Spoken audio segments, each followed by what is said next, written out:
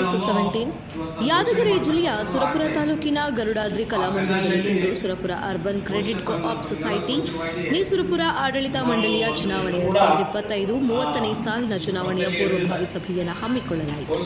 ಈ ಚುನಾವಣೆಯು ಯಾವುದೇ ರಾಜಕೀಯಕ್ಕೆ ಸಂಬಂಧವಿರುವುದಿಲ್ಲ. ಈ ಅರ್ಬನ್ ಬ್ಯಾಂಕ್ ಅನೇಕ ಬಡ ಜನರಿಗೆ ಕಷ್ಟ ಕಾಲದಲ್ಲಿ ಕೈ ಹಿಡಿದು ಮೇಲೆ ಈಗಲೂ ಕೂಡ ಒಳ್ಳೆಯ ಹೆಸರು ಮಾಡಿದೆ.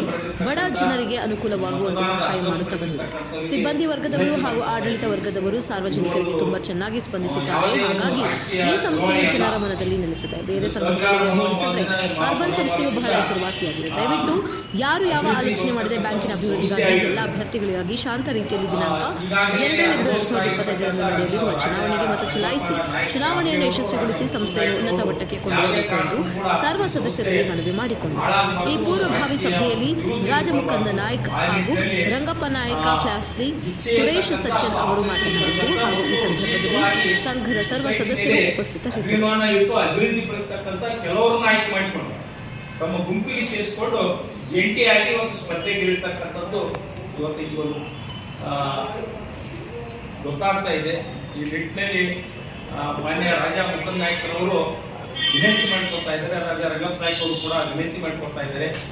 ಏನು ಜಂಟಿಯಾಗಿ ಸ್ಪರ್ಧೆಗಿಳಿದಿರ್ತಕ್ಕಂಥ ಸುಮಾರು 15 ಜನ ಅಭ್ಯರ್ಥಿಗಳಿಗೆ ಇಲ್ಲಿ ಈ ಸಂಸ್ಥೆಯಲ್ಲಿ ಷೇರು ಪಡೆದು ಮತದಾರರ ಹಕ್ಕನ್ನು ಪಡೆದಿರ್ತಕ್ಕಂಥ ಅವರಲ್ಲಿ ವಿನಂತಿ ಮಾಡಿಕೊಡ್ತಾ ಇದ್ದಾರೆ. ತಮ್ಮ ಅಮೂಲ್ಯವಾಗಿರ್ತಕ್ಕಂಥ ಮತವನ್ನು ಈ 15 ಜನ ಅಭ್ಯರ್ಥಿಗಳಿಗೆ ಕೊಡಬೇಕು. ಆ ಅಭ್ಯರ್ಥಿಗಳನ್ನು ಆಯ್ಕೆ ಮಾಡಿ ಕಳಿಸಬೇಕು.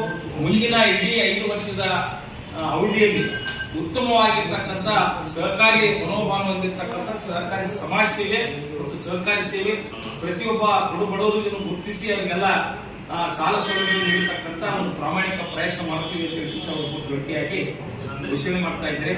ಅದನ್ನ ನಾವು ಪತ್ರಿಕೆ ಮುಖಾಂತರ ಪ್ರಕಟಣೆಗೊಳಿಸಿ ಮುಂಬರ್ತಕ್ಕಂಥ ದಿನಗಳಲ್ಲಿ ಇದಲ್ಲದೆ ಅನೇಕರು ಕೂಡ ಯಾವಾಗ ಜಂಟಿಯಾಗಿ ಇವರು ತಮ್ಮ ಘೋಷಣೆ ಮಾಡ್ತಕ್ಕಂಥ ಸಂದರ್ಭದಲ್ಲಿ ಅನೇಕರು ಕೂಡ ಈಗಾಗಲೇ ಇವರ ಬೆಂಬಲಾರ್ಥಕವಾಗಿ ಕಣದಲ್ಲಿ ಇದ್ರೂ ಕೂಡ ನಾವು ಅಧಿಕೃತವಾಗಿ ಬ್ಯಾಲೆಟ್ ಪೇಪರ್ದಲ್ಲಿ ನಮ್ಮ ಹೆಸರಿದ್ದು ಕೂಡ ನಾವು ಹಿಂಜರಿದು ಅವರಿಗೆ ಬೆಂಬಲಗೊಳಿಸ್ತಕ್ಕಂಥದ್ದಕ್ಕೆ ಅನೇಕರು ಈಗಾಗಲೇ ಮುಂಬಂದಿದ್ದಾರೆ. ಇನ್ನೂ 2-3 ದಿನಗಳಲ್ಲಿ ಅವರೆಲ್ಲ ಹೆಸರು ಕೂಡ ಕೊಡ್ತೀವಿ. ದಯಮಾಡಿ ಆ ಪ್ರಕಟಣೆ ಕೂಡ ಮಾಡಬೇಕಂತ ಧನ್ಯವಾದ.